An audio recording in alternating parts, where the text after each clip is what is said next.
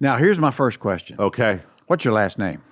My last name is German. It's Weigland, but there's a reason why I use Carmichael Dave. So nobody. No, I know why, Why? but go ahead. I think I do. Well, Because when you were like a young kid, you would call into the radio shows all the time. Yes, sir. And you as Carmichael Dave. Yes, sir. And then you'd like to record it to.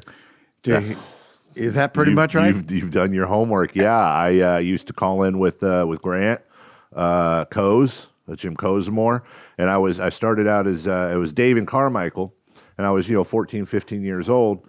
And after a while, it was Jason Ross and Steve Buzzard that were hosting the Kings postgame. I would always call in there, and they said, if you agree to call in every game, we'll put you first up after the game's over. Well, that was gold for a kid like me. So I'd hit record. You hit play and record at the same time on the boombox. I'd call in. I'd do my call. They eventually switched it from Dave and Carmichael to Carmichael Dave, and I bugged the heck out of them for years. That's So, I mean, well, it's worked. yeah, I guess. I mean, the house payments go through, but it's been amazing. It's been a fun road, and now I'm in my 40s and getting older, but still around the. Well, I was reading a thing too on you, which this was some years ago.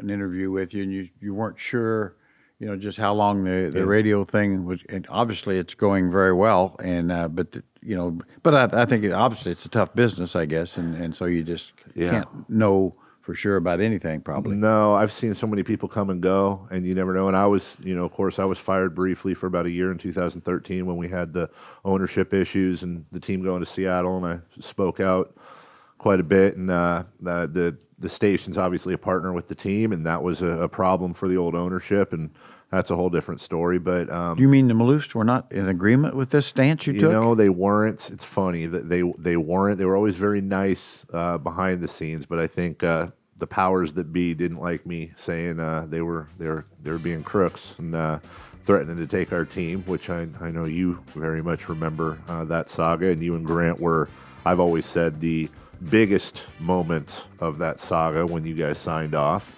But I've seen too many people come and go. So I just, every morning I put my key fob up to the little beeper at the radio station, and I say a little prayer until it beeps green and opens the door, and I know I've got a job. Then for you know another you're day. okay. Yes, Well, sir. that's not a bad strategy, Yes, really. sir.